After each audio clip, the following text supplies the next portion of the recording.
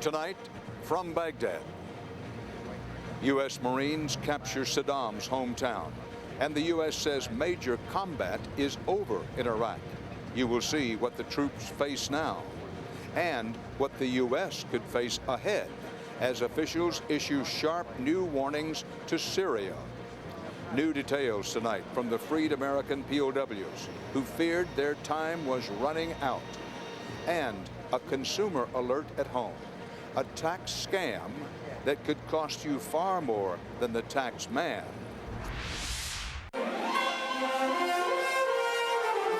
This is the CBS Evening News. With Dan Rather reporting tonight from Baghdad. Good evening. The war here in Iraq is not over, but there's strong indications that the worst of the battlefield fighting may be. Here's the latest. As Tikrit fell, a Pentagon briefer said major combat operations in Iraq are complete, though sharp fighting will go on. U.S. forces are pressing efforts to restore order in still chaotic Baghdad. Some Iraqi police are now back on the job. Iraqi groups will meet tomorrow in the city of Nasiriyah to begin planning a new government. And the White House aimed more criticism at Iraq's western neighbor, Syria, calling Syria a, quote, rogue nation. Certainly the most significant military event of this day took place about 100 miles north of Baghdad. As CBS's Alan Pizzi reports, U.S. Marines seized the Iraqi city most loyal to Saddam Hussein, Tikrit. Saddam Hussein still stares down over the streets of his hometown, but today they are filled with U.S. Marines, not cowed subjects. What had been called Saddam's last bastion is nearly deserted, and unlike in other liberated towns, residents who remained here are sullen. This will be like occupied Palestine, the young man warns. There will be bloodbaths. But Marines who took over one of Saddam's many palaces here did not meet the resistance they had expected. We had some intel that there was going to be some of the Fedayeen Saddam and Special Republican Guard that were holed up in here. There were plenty of defenses in the town, including bunkers in front of buildings. And there's another opening right there. They all had to be checked, a nerve-wracking process. What's in it? Nothing. And while helicopter gunships kept up an intimidating presence overhead, on the ground, everyone entering town was stopped and checked. Hands up. Many of these people claim they were happy with Saddam, although few, if any, ever saw the lavish playgrounds that he built for himself and his cronies. This one on the edge of the Tigris River included a kind of bunker palace, but showed few signs of ever having been used. Amazingly, there appeared to have been very little looting, although the Marines did manage a few souvenirs. It's got the Iraqi symbol right there, look like a serial number right down here.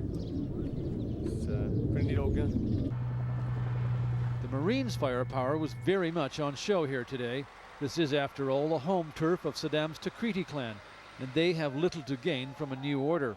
There may yet be more fighting to be done in Iraq, but the fall of Tikrit must surely be a major milestone, marking both victory for the U.S. and its allies and the definitive end of Saddam Hussein. And as far as Marines pumped on having successfully fought their way from Kuwait to Saddam's hometown are concerned, it's time to go home. Alan Pizzi, CBS News, Tikrit. Coming up on the CBS Evening News, we'll take you inside Saddam's most notorious prison, where untold thousands were tortured and killed. The shooting hasn't stopped and probably won't for some time. But with major combat operations completed, the war is entering a new phase.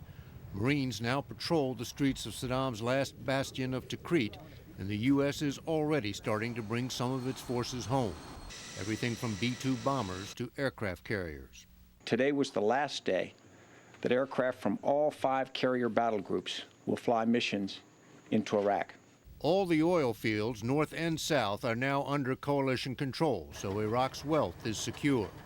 But thousands of Iraqi fighters remain unaccounted for, along with an untold number of weapons, like this cache of American-made anti-tank missiles U.S. troops blew up in southern Baghdad. And then there are the looters, who are not a threat to American troops, but to their own country. Shouldn't have been stealing from your own people.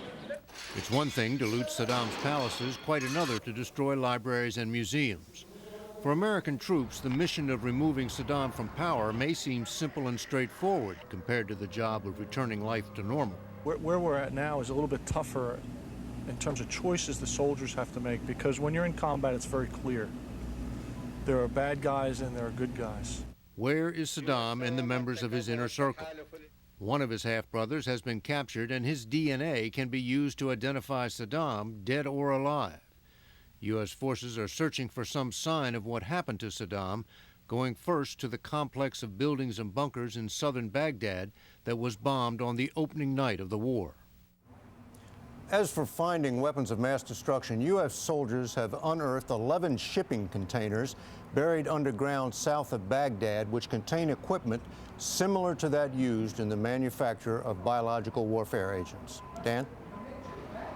Here in Baghdad, looting continues, but the worst of it may be over, in part because so many buildings have already been stripped bare. But if there's little left to steal, there is also little of the euphoria seen last week when Saddam Hussein's regime fell. Some Iraqi police got back to the job of enforcing some law and order today, but they needed the support of a Marine Humvee complete with a .50 caliber machine gun to do it. They were swarmed by people demanding to know when order would be restored. The response? God willing. Stand up and face the wall. Policing is a business the Marines will be happy to get out of. And the images of armed troops having to manhandle threatening civilians, whatever their age and whatever the circumstances, are angering the public. One of the hallmarks of Baghdad these days are the wild and woolly swings in public mood. It can flip in a second. For example, today, many of these people have been shouting things such as down, down, down with Bush, yay Saddam Hussein. Yesterday, some of these same people in a crowd of about this same size were shouting in effect, yay America, help us get our city started again. What these wild and wide swings in public mood speak to are volatility and danger. There's suspected gunshots coming from that area right there. Late last night, Marines were again sent scurrying to snuff out sniper fire right outside the Palestine Hotel where we are. I need one more besides the guy I got coming up here. Down. The firefight ended in the capture of 4 men. Baghdad has become a powder keg with a short fuse. Even the undertakers here are out of business. So these men carry their dead off to a cemetery themselves. As it turns out, ousting Saddam from power was easier than destroying this statue. Erasing his imprint may take longer than anyone thought. President Bush and his aides are trying to put their imprint on the behavior of Iraq's neighbor to the west, Syria. Accusations and warnings aimed at Damascus came from nearly every quarter of the Bush administration today. White House correspondent Bill Plant has that story. Dan, even before the fighting ended in Iraq, President Bush surprised the world with sharp criticisms of Syria in language broad enough to suggest that that nation could be the next target in the war on terrorism. I think that people got to know that we are serious about stopping the spread of weapons of mass destruction. We believe there are chemical weapons in Syria, for example. It is a blunt message to Syria's young leader, putting Bashar Assad on notice to change his country's role as a supporter of terrorism. The White House pointed to a new CIA report, which charges that Syria holds a stockpile of the nerve agent sarin, but apparently is trying to develop more toxic and persistent nerve agents. Washington also accuses Syria of harboring fleeing Iraqi officials and wants Assad to stop supporting Hezbollah in its war with Israel. They should review their actions and their behavior, not only with respect to who gets haven in Syria and weapons of mass destruction, but especially the support of terrorist activity. Most analysts agree there's very little chance of U.S. military action against Syria, but after its success in Iraq, the administration is making a not-so-subtle attempt to get Syria to change its behavior. Dan? The 7 American POWs rescued yesterday in northern Iraq are at a medical facility in Kuwait tonight. U.S. officials say they're all in good shape, and that's a huge relief to their families back home. CBS's Mark Phillips has the latest on the Lucky 7. I love you, Marines! I love you, Marines! An understandable sentiment from Joseph Hudson, who had just been rescued by them, and Edgar Hernandez. I'm happy that I'm going home to see my family. Even after watching images like this for a full day, the people they mean the most to can't get over them. The wife. I can't even express the feelings that I had yesterday and today as well. The mother. The best birthday I've ever had, and I don't care if I never have another one. The release of the prisoners started off at least 7 parties half a world away. God bless you, girl! The relief of Shoshana Johnson's family, the only woman among the prisoners. The one who had seemed most petrified when first captured in an ambush in which 9 of her colleagues died. But the recovery of the prisoners was a lot less harrowing. Marines moving toward Tikrit had come across the house where the 7 were being held. Their guards, like most of the Iraqi army, seemed to have fled. Her main worry was her hair.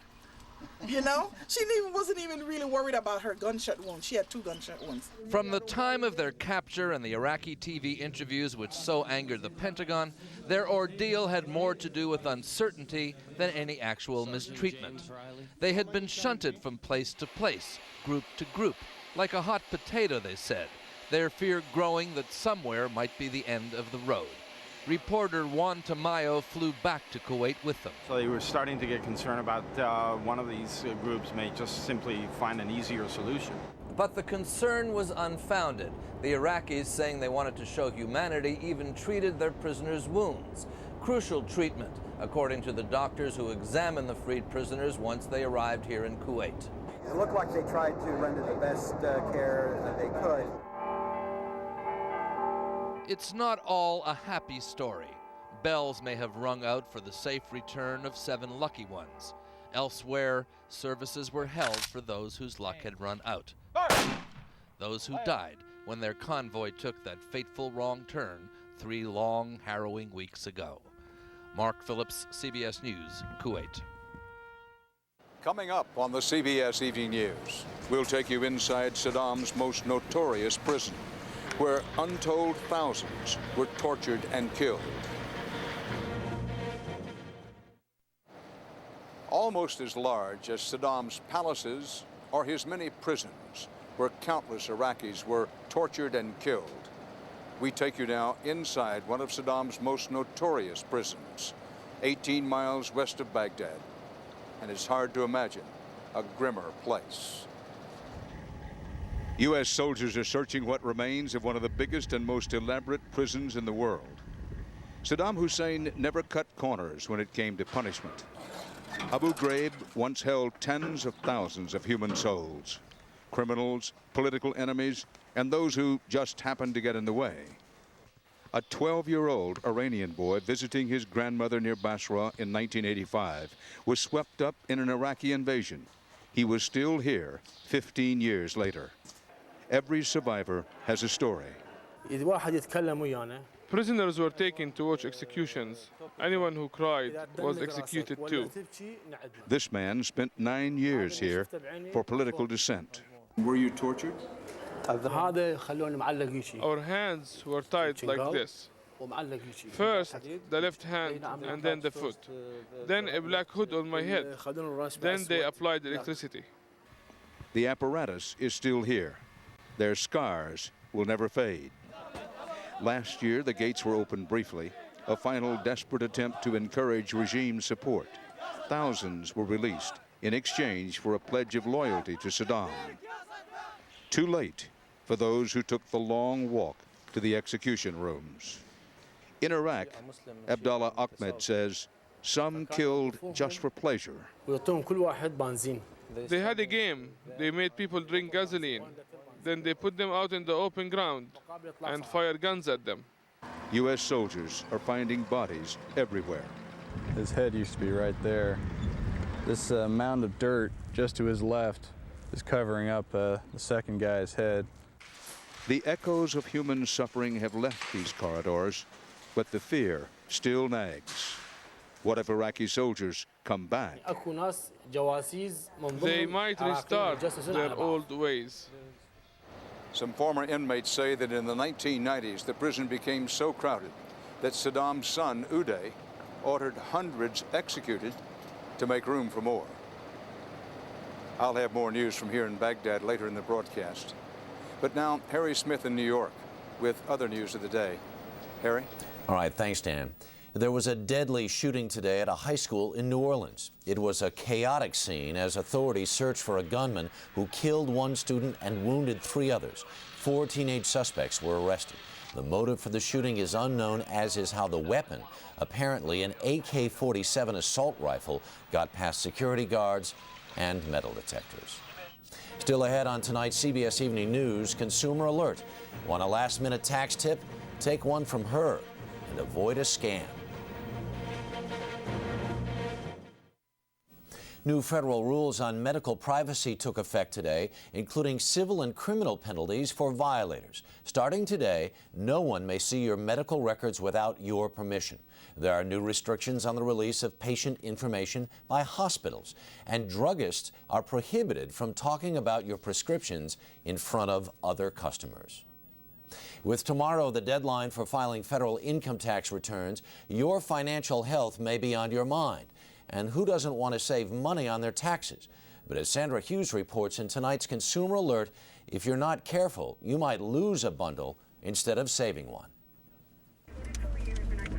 Facing a stack of student loans, Brandy Furtis was looking for ways to save money when she heard this. We're averaging about a 20% reduction in your taxes.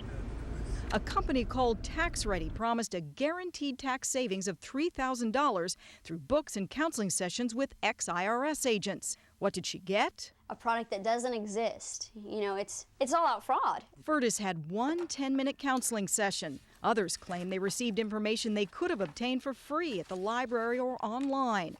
And when Furtis asked for her money back, which the company guaranteed, nobody ever called me back. Not once, not ever. That was 2 years ago, and she's still out almost $600. Tax Ready and a company called National Audit Defense Network, or NADN, have since merged, and operating as NADN, the company has racked up enough complaints to get the Federal Trade Commission and the Nevada Attorney General involved. We do take this type of operation and the harm to the consumers very seriously. A suit was filed on behalf of at least 700 victims across the country who claim they didn't get their money back when requested. The Las Vegas Better Business Bureau says others claim they've gotten bad or useless tax advice on top of huge losses. Just today I was reading about a client of theirs that spent almost $9,000. In addition to the 2 ongoing cases against NADN, sources tell CBS News the Internal Revenue Service has now launched its own investigation of the company. Wes Coolidge now owns NADN. He blames the problems on overzealous salespeople. This history of some bad boy behavior on our part was very small. And we've taken significant steps to correct those problems. So when this company says, we've changed, do you believe it? I have serious doubts. And daily complaints. Sandra Hughes, CBS News, Las Vegas. On the CBS Market Watch today, the Dow gained 147 points on good earnings reports from Citigroup and other financial companies. The NASDAQ rose 26.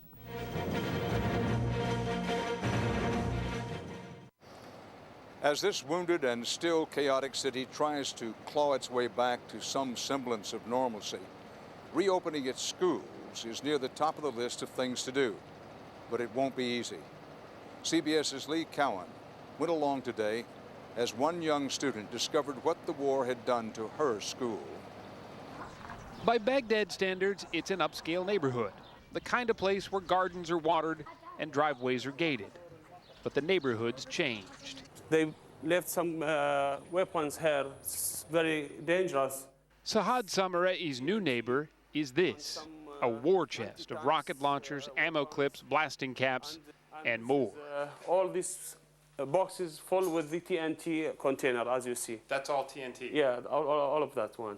This used to be his daughter's elementary school, much like any American elementary school. Only here, report cards never make it to the family refrigerator. Dania's was found under a boot. Why would they do this to my school, she asked. It's all gone. 3 weeks ago, the Iraqi army rolled in here, literally, hiding their military vehicles on the playground. Then they left, apparently in a hurry. I think all of that has been filled with the machine gun before. But even the looters, desperate to steal anything these days, left the explosives behind. And that's the worry. This is the real worry. What often isn't looted, what's left over is often burned. A dangerous and perhaps deadly combination for an ammo dump in the middle of a neighborhood. It is a full room, big room, yeah. While her father tried to get the U.S. military to clean it up, his daughter was wandering around her old classroom in a daze.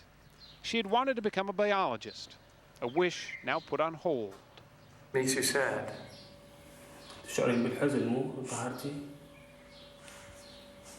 Her school may be closed, but it's still teaching the painful lessons of war.